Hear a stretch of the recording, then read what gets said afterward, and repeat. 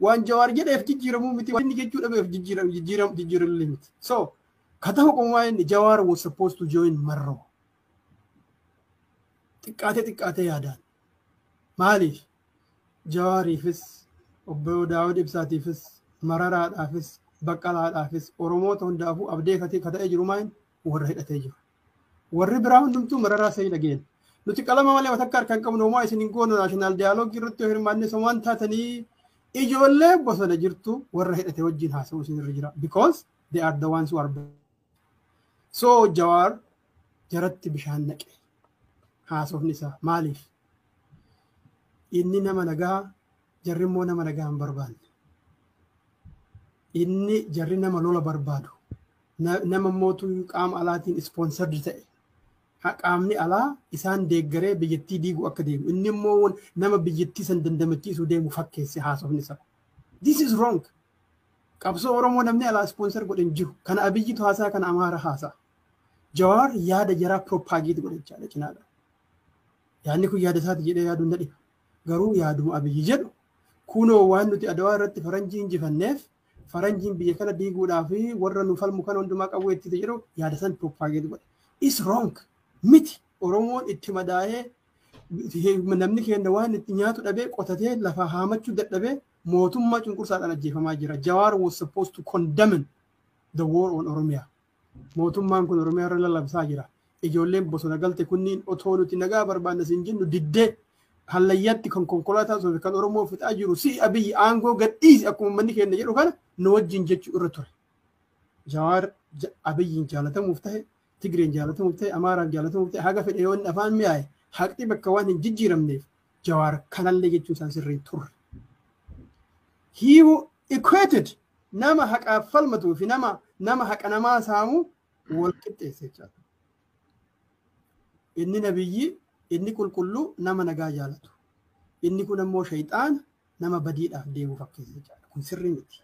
Haqni lafa jirtu maayin ijoolleen tun warra isallee dabalatee namoota biraallee cunqursaan irra geennaan ijoollee makaleessa qeerroo turte. Kanuma inni hoogganaa ture innummaan matammaansa ijoollee santu bosona galee hin beeka. Cubbuun kun ijoollee kanarratti deemaa jiraachuu ragaa bahuu dadhabuunsaa ayyaan lallattummaan agarsiisaa na dhiifama naa godhaati. I'm very sorry to say it. Akkas ta'uun nurra hin jiru. Qabsoof na taanaan uummata keenyaaf qulqulleetuma qabsaa'uu qabna. Kun lubbuu kennaa jira beek akka kiyyaa akka Jawaar akka Si'ii akka anaa Abaata hidhatee haasa'an jiru. They are giving up their life. Nama lubbuu kennaa jiruuf waan isaa wajjin wal madaalu afaaniinis hojjechuu qabna jecha xiqqaate akka jiraa lubbuullee kennuudhaaf. Nama madaahee qoricha argan ka waan nyaatu hin qabne bakka buluu hin qabne akka waan inni lola barbaadee bosona keessa olii gad deemu all human ways ilmi namaa akka ilma namaatitti jireenya gaarii jiraachuu barbaada. Jaartii bareedduu fuudhee ilmoo bareedduu qabaatee mana gaarii keessa jiraatee viillaa gurguddaa keessa yookaan galma masaraa mootummaa keessa nu barbaada. Karaabaatii hidhatee konkolaataa ofuu barbaada. Maaltu ijoollee tana bosona galche? Maaltu jireenya silaa ilmi namaa jiraatu hin filanne isaan filachiisa cunqursaadha. Jawaar kana wallaaleeti. He was supposed to witness jara kanaaf ragaa ba'u irra jira. Isintu hallayyatti ijoollee kana oofee bosona keessa jirti. Inni immoo on the opposite DDR hin fiduun himan mallee. Demobilize, reintegrate. This are mootummaadha kan qawwee hiikkachuu qabu biyya san keessatti warra bilisa baasaa miti. Maaliif kan cunqursaa gaggeessu kan uummata fixaa jiru kan dirooniin nama tumu Abiyyiin fa'a.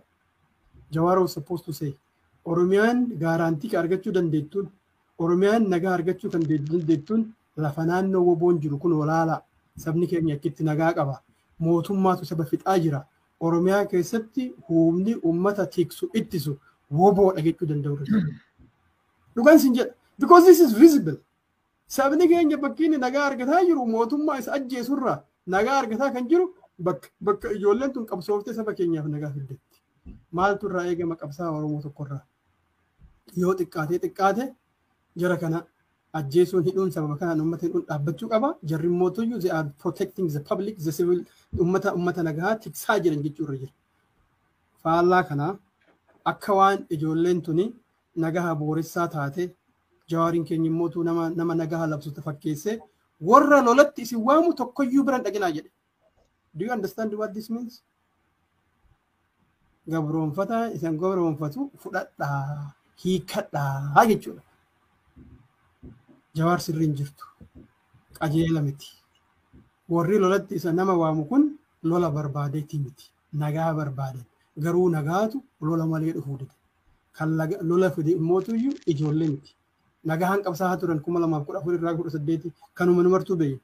Laal woboon har'aa qeerroo kaleessatti jedhe Congress member kun biyya Ameerikaa keessatti faranjiinuu ragaa baate. Woboon har'aa kun qeerroo kaleessa pro democracy force kan kaleessa karaa nagaatiin jijjiirama biduu barbaadetu bosona jiraa jedhe. Kuni balleessaa mootummaati jedhe.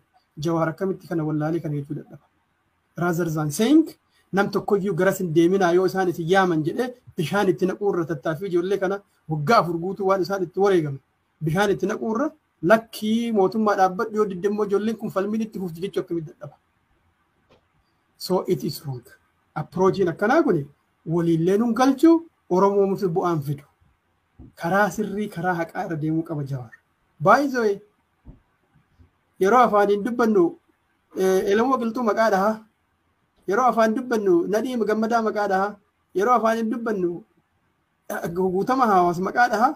Faallaa sanii Itoophiyaa isin irratti ijaarraa isin Itoophiyaa tiksanii jedhu kunillee beeki is opposite. They didn't struggle for that. Isa san ka Itoophiyaan irratti ijaaruudha goobanaa fa'a yoo maqaa dhahaa wayyi. Jaarraa Abbaa Gadaa maqaa dhahaa. Waaqoo guutuu maqaa dhahaa. Ethiopia faarsuu hin dandeettu because it is opposite. They are not that kind. So Jawaariin keenya faati namoota maqaa dhahanii waa Itoophiyaa kanallee wal afoo qabanii ilaaluu qabu. Yoo Itoophiyaa dhahuu barbaadan ta'e warra akka Goobanaa, warra akka Jaagamaa Keelloo, warra akka sanniin yaamudha. Oromoota sabboontota sirna cunqursaa dignee biyya keenya barbaanna jedhan garuu waamuu hin danda'an. They cannot mix that. This is unmixable. Waa walitti hin makamne jechuudha. So kanaafi wanni jechuu barbaadu maal dhumarratti deemee siyaasaan filannoodhaan Itoophiyaa keessatti gaggeeffama jedhu fedhii uummata Oromoo guutuu hin danda'u. Yoommoo guutuu danda'a jedhan ta'e they have to show us how tokko Itoophiyaa keessatti uummanni Oromoo cunqursaadhaan achi ka'e ukkamamee keessa jira. Mirgi hiree murteeffannaa isaatiin Itoophiyaa keessa jiraachuus barbaada yoo ta'e hin barbaadus yoo ta'e sagaleen isaa kennamuufii qaba jedhanii kana qabsoon isaanii kana ta'uu qaba jechuudha. They have to show us clearly ajandaa isaan qabsaaniif beekuun nurra jira. Ajandaan isaanii Itoophiyaa tiksoo ta'e Oromoodhaan wajjin wal waraanuu deemu jechaadha. Oromoon Itoophiyaa tiksuun barbaadu jedhoo jiraate Jawaar aangoo qabatee akkuma biyyi kana waraanuu deema jechaadha ijoollee san. Profeesar Mararaa aangoo qabatee ijoollee san waraanuu deema jechaadha. Oromoo ani lakki humnaan Itoophiyaa keessatti tikfamaa jira jedhee didu san they are going to fight. So that means they are not different from Abiy. They are not different from Haile Selassie. Not different from Minilik. Not different from Mallas. Magistu tokkuma jechaadha. Yoo kanan ta'in ammootu sabni kun humnaan biyya kanatti tikfamee jira. Ajandaa number 1 wanni nuti qabsoofnuuf sirna dimokiraasiitiin haqa uummataa kabajamee sagaleen Oromoo dhagahamtee sabni Oromoo akka mirga hiree murteeffannaa isaatiin yoo barbaade bilisummaa, yoo barbaade walabummaa, yoo barbaade Itoophiyaa keessa jiraatu akka murteeffatu qabsoofna jedhanii nutti himan. Kana nutti himuu danda'an taanaan dimokiraasiifis qabsaa'an jiran. Maaliif dimokiraasiin murtii uummataati. Isaan dimokiraasiin qabsaa'aniif kan nuti aangoo irra isaan kennu qofaaf ta'a jechaadha. Akka isaan filannee kunoo mootummaa nu ta'a Itoophiyaa tiksuun jedha. Nu tiksa akka jennuuf. We don't agree on that. Jira waliin galu. So kanaafi ajandaa number 1 Jawaar irraa dhagahuu barbaannu. Jawaariif Obbo Baqqalaa Profeesar Mararaa irraa kan dhagahuu barbaannu mirgi hiree murteeffannaa saba Oromoo biyya kana keessa hojii irraa oolu. Oromoodhaaf qabsoofna jedhan ta'e.